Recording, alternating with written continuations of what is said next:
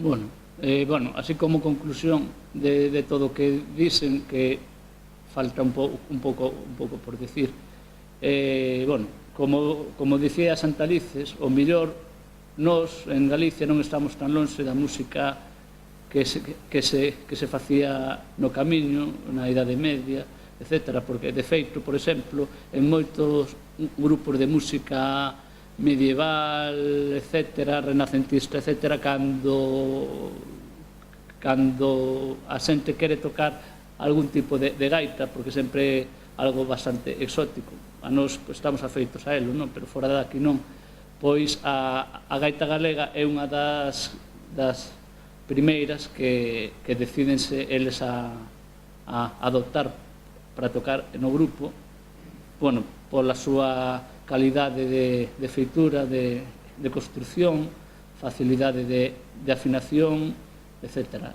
E tamén, bueno, hai moitos musicólogos, etc., que din que realmente na música galega se conservan ainda moito dos modos antigos eclesiásticos da música culta e religiosa da época.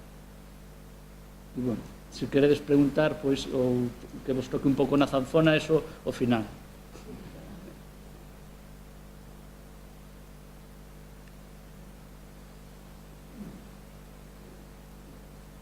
Que toque. Bueno, eu prefería que empezarades a preguntar, pero... Vamos, eu esta zanfona teño tocado 2 veces. Unha fai 2 anos e outra, pois, só se fai 1 hora. Que me dixo o meu irmão, a ver, ponte aí... Vamos a ver. Voume por aquí para este lado. Ten unha corda rota que bueno, que se non for, que se activera, seguramente a tensión das cordas iba a ser mellor, entón afinaría. Pero bueno,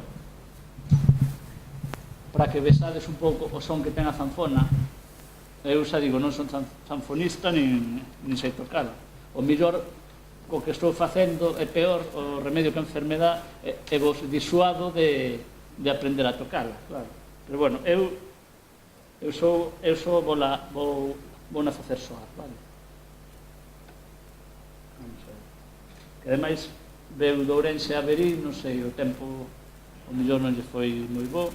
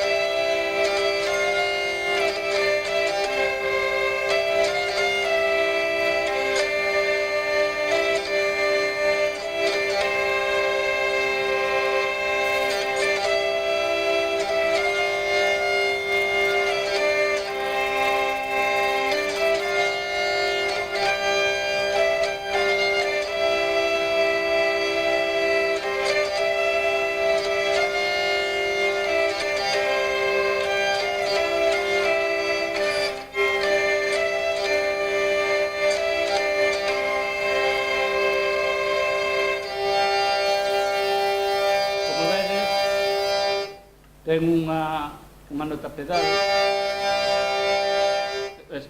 Eu non teño nin a mao do manubrio, vamos, que iso é o ABC. Na zanfona o ABC é dar un sonido continuo. Logo xa a partir de aí, pois eu nin eso, pero bueno.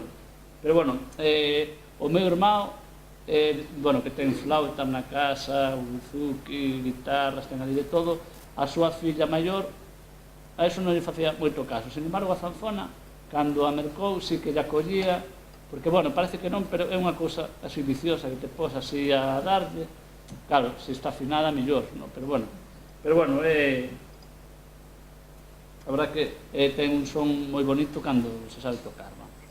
E ten, se vos fixades, eso, a idea e o concepto é o mesmo que a gaita, de ter aí o son este continuo, a nota pedal, o sea, é unha cosa que nos casi levamos xa no ADN, pero fora daqui, eu lembrome fai anos que unha chica que era de Sevilla falábame de un que fora ali unha vez cunha gaita e que horror, ese sonido aí todo o rato así meténdoselle pola orella, que ao final quería tapar o ronco, e claro, nos, como dicía precisamente Santalices, unha gaita sin ronco, que era o que lle estaban facendo nos desfiles estes militares cando incorporaban a gaita, decía el que parecían chirimías moras desafinadas, non por lo de moros nin lo de desafinados, pero que unha gaita sin ronco non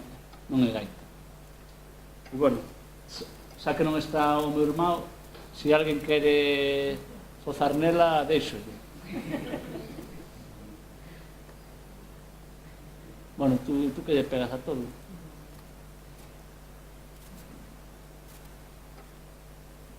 E bueno, non sei, xa sei que a conferencia foi así un pouco nebulosa, como xa dicía ao principio, e non sei se tedes algunha pregunta. A minha pergunta, por exemplo, o camiño de Santiago. Son camiños de Santiago. Claro. Non hai un camiño de Santiago. Sí, sí. E había os antes de que aparecera o señor Ordoño de Oeste falando de Santiago. Santiago, Sí.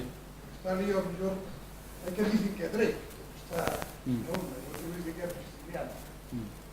Mais ben debía ser Prisciliano coa mera de Drake. Ademais era o bispo.